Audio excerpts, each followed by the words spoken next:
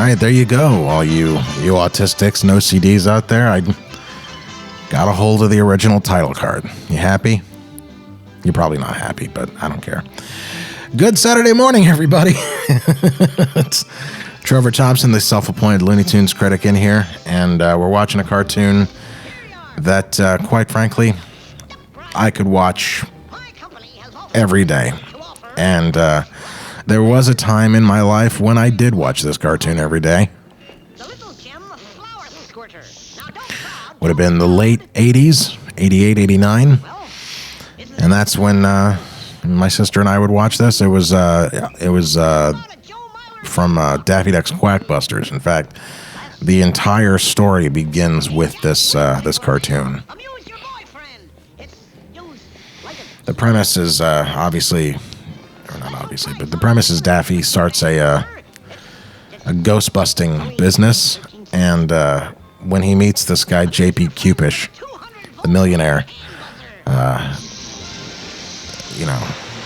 that's how the premise starts. Listen to what this guy says, this radio announcement here. And don't listen to what he says, but listen to what he says when he's done talking. Has not laughed in 50 years, has been quoted as saying that he would give $1 million for one good laugh before he passes on. And you grand brand. Annie Cranbrand. I have been saying and using the name Annie Cranbrand since I was 8 or 9 years old, 10 maybe, because I noticed in this cartoon, one or two other cartoons, and definitely from some of the Mel Blanc's radio appearances, that Annie Cranbrand was a bit of mushmouth of mumbledom. Basically, it was used in the way that you saw it used there, where in live radio, when you have a point where, like a story point that you need to convey with, hearing a radio or something like that, or an announcement on a screen or a TV, you're supposed to hear the part that is crucial to the story. But obviously, the announcer or whatever keeps talking. So once you're done with that part of the pertinent information, they had to have that sound fade into the background as the characters start talking again about what they just heard. And in live radio, in those days, it wasn't so easy to just fade the microphones down. You could, but what would more likely happen is that rather than just fade them down and everything, the actor would physically walk away from the mic so that it fades out like that.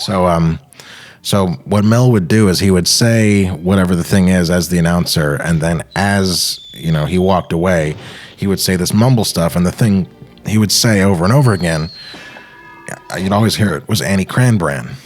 So it'd be like, and another $1 million for one good laugh before he passes on. Annie Cranbrand. So, look around, folks. There are nods to Annie Cranbrand in everything I do.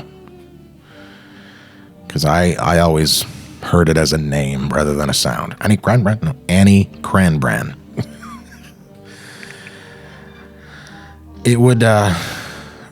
I would be very honored if one day I looked on a comment section for one of my videos and saw that the person had named themselves Annie Cranbrand.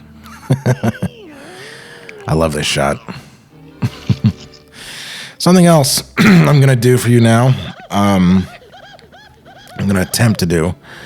When I was 8 or 9, I wanted to be Mel Blanc's replacement voice, and my camera had the ability to overdub my video camera, so I filmed the TV, and I took this little monologue that Daffy does, I memorized it, and I tried to overdub it. So I'm going to see how well I remember this. My man Godfrey. It becomes increasingly apparent that I'm not wanted around here. Are we to assume that there is anything significant in this attitude of yours? That A, butler might not want his master to recover his good health? Said butler should endeavor to remove from the premises the only person capable of restoring said health to said master? No! Where were you on the night of April the 16th? A likely story. I see it all now. You with the upstairs maid. Doozy old boy in, you said. Elderberry wine and old lakes, you said. Then the quick getaway, you said. Rio de Janeiro. Tropical nights. Romance. And a heavy bank account. No! Yes! But you weren't smart enough, John. Alias Johnny. Alias Jack. Alias Jackie. What's Humphrey Bogart got that I ain't got? But you. All right, it's pathetic that I was able to get it that correct. In unrelated news, yes, I do have a girlfriend, and yes, I do get to touch her. Occasionally. But yeah, so Daffy Duck's Quackbusters began with this cartoon, and it stayed the same all the way up to the very last shot of this whole thing, and where Daffy turns to the camera and says, "It's a living." He turns to the audience and says, "There's no camera." He says, "This is a living. It's a living." That's the only part of the cartoon that wasn't in Quackbusters, and so from here on, he saves JP's life, and then he dies again. He dies anyway. And he leaves all of his money to Daffy, and then Daffy, because he's mad at JP, he decides to get rid of ghosts everywhere. So it's really funny to watch it because the laughter. Mel Blanc has to sub his new laughter for the new Quackbusters, and it sticks out like a sore thumb. So watch it if you can. And watch another one of these next weekend. I'll be here.